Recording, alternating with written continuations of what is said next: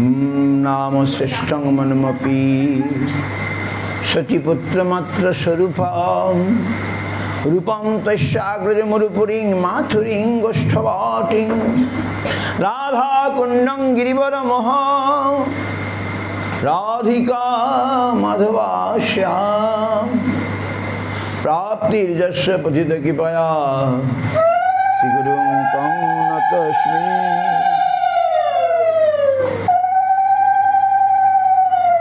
गुरुवाभिष्ट सुपुरकं गुरुगणैराशिष सम्भूषितं चिंता समस्त वेद निपुणं शिरूपपन्थानुगं गोविन्दाभितमुज्ज्वलं वरतनु भक्तान्वितं सुन्दरं वन्दे विश्वगुरुं च दिव्य भगवतं हि विजयप्रदं कनकसुरचिराङ्गं सुन्दरं सौम्यमूर्तिं विविधकुलवर्णं श्रीगुरुं सिद्धिपूर्तिं तरुणतपनवासं भक्तिदञ्चिद्विलासं भज भज तु मनोरे श्रीधरं संविधानं गौराङ्गैकगति व्रजाश्रितमति गौरधाम स्थिति सत्शास्त्रवृत्ति कुसंगविरति दुष्टव्यथा निष्कृति रूपैकरति सनातननति श्रीजीव तेजस्वती श्री सिद्धांत सरस्वती विजयते गौरीय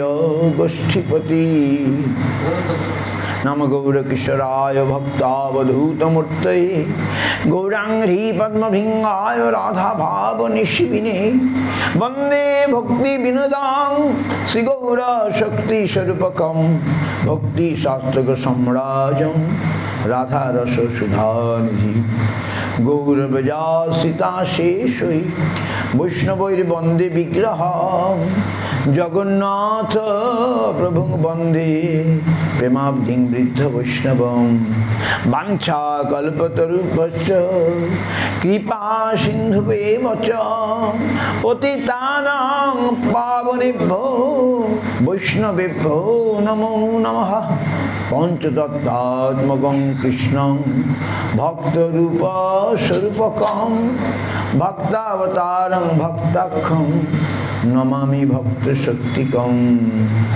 नमो महावदन्नाय कृष्ण प्रेम प्रदायते कृष्णाय कृष्ण चैतन्य नाम्ने गौरतिसे नमः। तप्त कांचन गौरांगी राधे वृंदावनेश्वरी विश्वभानुसुते देवी प्रणमामि हरिप्रिये। हे कृष्ण करुणा सिंधु दीनबंधु जगत्पते गोपेश गोपिका कांत राधा कांत नमस्तुते। भक्ताभिनवराधलक्ष्मी क्षिप्ताश्च कामादि तरंग मध्ये कृपामयि तां शरणं प्रपन्नां वृन्दे नमस्ते चरणारविन्दम्। अथो नत्वा मन्त्रगुरून् भागवतार्थदान् वेशान् जगद्गुरु नत्वा ततो जय मुदिरे। जय सपरिक शिशि गुरु गौरांग गंधर्वा गोविंद सुंदर पाद पद्मनां जयस्तु। श्री कृष्ण चैतन्य प्रभु नित्यानंद श्री अद्वैत गदाधर शिवासादि गौर भक्त वृंद। हरे कृष्ण कृष्ण कृष्ण हरे हरे हरे राम राम राम हरे हरे। जय रूप सनातन भट्ट रघुनाथ श्रीजीव गोपाल भट्ट दास रघुनाथ এই ছয় গোসার করি চরণ বন্দন যাহা হইতে বিঘ্ন না অভীষ্ট পূরণ। গুরু বৈষ্ণব ভগবান তিনের স্মরণ, তিনের স্মরণে হয় বিঘ্ন বিনাশন, অনাশে হয় বাঞ্ছিত পূরণ। কৃষ্ণদাস কবিরাজ রসিক ভগতমা জিহ কইলা চৈতন্য চরিত গৌর গোবিন্দ লীলা শুনিতে গলে শিলা তাহাতে না হইল মোর চিত গৌর কথা পয়রাশি কৃষ্ণদাস তাহে ভাসি আনি আছে অমৃতের ধার সেই কাব্য সুধা পানে বৈষ্ণব শীতল প্রাণে আরপিতে চাহে বারবার আরপিতে চাহে বারবার আরপিতে চাহে বারবার दुर्गमे पति में अंधस्कलपादगतिर मोह सक्रीपा जष्टिदानेन सन्तः सन्तः अवलम्बनम मोर माथे पद धरी करह प्रसाद निर्विघ्ने चैतन्य पाओ करो आशीर्वाद संसार दुख जलधौ पतितस्य काम क्रोधादिनक्रम करई कबलिकितस्य दुर्वासना निगरितस्य निराश्रयस्य चैतन्य चंद्र मम देहि पदावलम्बनम चैतन्य चंद्र मम देहि पदावलम्बनम संसार सिंधु तरुणी हृदय यदि स्यात् संकीर्तनामृत रसे रमते मनुश्चेत प्रेमाम्बुधौ विहरणे यदि चित्तवृत्ति चैतन्य चंद्र चरणे शरणं प्रजातु चैतन्य चंद्र चरणे शरणं प्रजातु वंदे नंद भज स्त्रीना पादरणम अभिक्ष्णश जासां हरिकथोद्गीतं पुनति भुवनत्रयम् तव कथामृतं तप्त जीवनं कविभिरीतं कल्मषापहं श्रवण मंगलं श्रीमदाततं भुवि गिनन्ति ते भूरिदा जनाः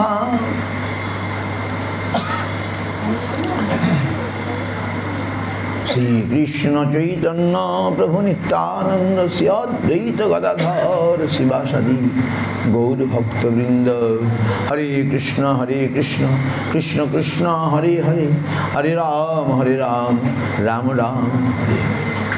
तो आज विरह बासर विरह तिथि विरह स्मरणे हमारे प्रिय दीनबंधु दास अधिकारी प्रभु स्वधामे गमन करेছেন तार निकट आत्मीयवर्ग तार आत्मार कल्याणार्थे आज वैष्णव श्राद्ध वैष्णव होम संकीर्तन भोगराग भगवाনের आयोजन করেছেন। আমরাও আসার সুযোগ পেলাম। কদিন আগে আমরা এসেছিলাম, তখন আমরা প্রার্থনা করেছিলাম যেন দীনবন্ধু প্রভু অনেক দিন থেকে বিছানায় শয্যাশায়ী, কিন্তু তিনি যেন কষ্ট না পান আমরা প্রার্থনা করেছিলাম। আমরা দেখলাম তিনি বিছানা থেকেও মানে চুপ শান্তভাবে কোনো মানে তার জ্বালা যন্ত্রণা প্রকাশ না করে তিনি স্বধামে গমন করেছেন। তার পুত্রগণে কথা বললেন, যিনি অত্যন্ত শান্তভাবে ভগবান তার ভক্তকে নিয়ে গেছেন। তো আজ আমরা সকলে মিলে তার আত্মার কল্যাণ কামনা করব, আত্মার মঙ্গল কামনা করব। তিনি যেখানে থাকুন ভালো থাকুন। তো এই উদ্দেশ্যে ভালো কে থাকবেন? আমরা ইচ্ছা করলে কি আর ভালো থাকতে পারি? বললে কি আর ভালো থাকা যায়? ভগবান যদি ভালো রাখেন তাহলে আমরা ভালো থাকবো। এই জন্য আমাদের সর্বতোভাবে ভগবানের শরণাপন্ন হতে হবে। ভগবানের আজকে শ্রাদ্ধ মানে কি? সব ভগবানের সন্তুষ্টি কামনায়, ভগবানের প্রীতি কামনায় যা কিছু আমরা করছি ভগবানের সুখবিধানের উদ্দেশ্য করলে করা হচ্ছে, এবং তাতে ভগবানকে সন্তুষ্ট করলে আমরা সকলেই সন্তুষ্ট হতে পারবো, ভগবানের কৃপাতে আমরা ভালো থাকবো, তাই না? তাই কি করে ভগবানের কৃপা পাওয়া যায়? তাই ভগবানকে স্মরণ, তার কথা কীর্তন, তার কথা শ্রবণ, তার জন্য মহোৎসব ইত্যাদি করলে ভগবান খুশি হবেন। আর ভগবান খুশি হলে যার উদ্দেশ্যে করছি তারও মঙ্গল হবে, যারা করছেন তাদেরও মঙ্গল হবে। তো কেউ যখন আমাদের ছেড়ে চলে যান আমাদের দুঃখ হয়, কিন্তু আমরা যদি ভাগবত গীতা দেখি বুঝে না, মানুষ এক দেহ থেকে আরেক দেহে যায়, সে শেষ হয়ে যায় না। মৃত্যু মানে সব শেষ নয়, মৃত্যু মানে এক দেহ থেকে আরেক দেহে গমন, নাকি? বাসাংশ জীর্ণানি যথা বিহায় নবানি গৃহানি নরহ পরাণি তথা শরীরানি বিহায় জীর্ণা নন্নানি সংজাতি নবানি দেহি। ভাগবত গীতা ভগবান বলছেন মানুষ যেমন পুরনো বস্ত্র ছেড়ে নতুন বস্ত্র পরিধান করে, আত্মাও তেমনি পুরাতন দেহ ছেড়ে নতুন দেহ ধারণ করে। মানে সে আত্মা মরে না। অচ্ছেদ্য মদ্দাচ্ছম অক্লেদ্য অশস্য বচ। আত্মাকে পোড়ানো যায় না, তাকে শুকানো যায় না। নিত্য নিত্য বস্তু ভগবানের অংশ, বিভিন্নাংশ মামৈবাংশ। জীবলোকে জীবভূত সনাতন আত্মা ভগবানের অংশ। এই আত্মাকে আমরা কি করে বুঝবো? একটি শ্লোকে বলছেন যে আত্মা ইন্দ্রিয়াণাং প্রাণ্য ইন্দ্রিয়ব্যপরং মন মানুষস্তু পরা বুদ্ধি বুদ্ধির জ পরতস্তু স। আমরা আত্মাকে দেখতে পাই না, কিন্তু হাত পা চোখ কান এগুলো দেখতে পাই। এগুলো ইন্দ্রিয়। ইন্দ্রিয়ের চেয়ে বড় হচ্ছে মন। মনকে দেখতে পাই না, তো মন আছে, কেউ অস্বীকার করবো? মন আছে। ইন্দ্রিয়ের চেয়ে মন বড়। এই মন যা চাইবে ইন্দ্রিয় তাই করবে। হাত পা চোখ কান এগুলো ইন্দ্রিয়, আর ইন্দ্রিয়ের রাজা মন। তো ইন্দ্রিয়ের চেয়ে মন বড়, মনের চেয়ে বুদ্ধি বড়। মন অনেক সময় ঠিক করতে পারে না, কিন্তু বুদ্ধি নিশ্চয়াত্মিকা বৃত্তি, বুদ্ধি ঠিক করে দেয়। এই জন্য মনের চেয়ে বুদ্ধি বড়। এগুলো আমরা দেখতে পাই না, এগুলো আছে। তেমনি আত্মা বুদ্ধির চেয়ে, বুদ্ধির যে পরতস্থ, বুদ্ধির চেয়ে যে বড় তিনি হচ্ছেন আত্মা। আত্মার আলোকেই মন কাজ করে, বুদ্ধি কাজ করে, হাত পা কাজ করে। আত্মা এই চলে গেল বা তখন আমরা তাকে দেহটা নিয়ে পুড়িয়ে দিই, বা কবর দিয়ে, বা কি বলে মাটির তলায় সমাধি দিয়ে দিই, বা জলে ভাসিয়ে দিই। তাহলে কার জন্যে এই দেহের আদর? আত্মার জন্যে। তাই আত্মা মরে না। শিবাস পণ্ডিতের একমাত্র পুত্র, তার পরলোক গমন করলো। আর মহাপ্রভু সেদিন শিবাস পণ্ডিতের ঘরে সংকীর্তন করছিলেন। শিবাস পণ্ডিত বুঝতে পারলো আজ ভিতরে কিছু একটা হয়েছে। রাত্রিবেলা সে ভিতরে ছুটে গেল। একমাত্র পুত্র বলছে, না না না, তোমরা কোনো কান্নাকাটি করবে না, কোলাহল করবে না, মহাপ্রভুর সংকীর্তনে যেন কোনো বাধা না হয়। তবু আত্মীয় স্বজন মা তারা বোঝে, তারা কান্নাকাটি করছে। শিবাস রেগে বললেন, দেখো যদি তোমরা আমার কথা না শোনো, মহাপ্রভু সংকীর্তনে যদি কোনো রকম ডিস্টার্ব করো, আর কি ব্যাঘাত প্রদান করো, তাহলে পুত্রের সঙ্গে আমিও সকালে চলে যাব। বাপরে বাপ, সবাই ভয় পেয়ে গেল। তখন সবাই চুপ করলো। আর অন্তর্যামী ভগবান গৌরহরি তিনি তো সবই জানতে পারছেন যে আজ শিবাস পণ্ডিতের ঘরে কিছু একটা হয়েছে। তিনি অন্তঃপুরে ছুটে আসলেন। এসে দেখেন একমাত্র শিবাসের একমাত্র পুত্র পরলোক গমন করেছে। তখন কিন্তু তিনি দেখলেন, আহা, আমার জন্যে পুত্রের মৃত্যুকেও সে গণনা করছে না শিবাস। তিনি তখন তাদেরকে সান্ত্বনা দেবার জন্যে মৃত পুত্রের শরীরে একটু টাচ করলেন। ভগবান গৌরহরি স্বয়ং পরমাত্মা, পরমাত্মা টাচ করলেই সেই মৃতপুত্র আবার জীবিত হয়ে গেল। এবারে মহাপ্রভু জিজ্ঞাসা করছে, হে পুত্র, তুমি কেন শিবাসের ঘর ছেড়ে চলে যাচ্ছ? তখন মৃতপুত্র বলছে, প্রভু, এ তো তোমারই ব্যবস্থাপনা। তুমি আমার যতদিন এখানে রাখার ব্যবস্থা করেছিলে, অ্যারেঞ্জমেন্ট করেছিলে, ততদিন আমি এখানে ছিলাম।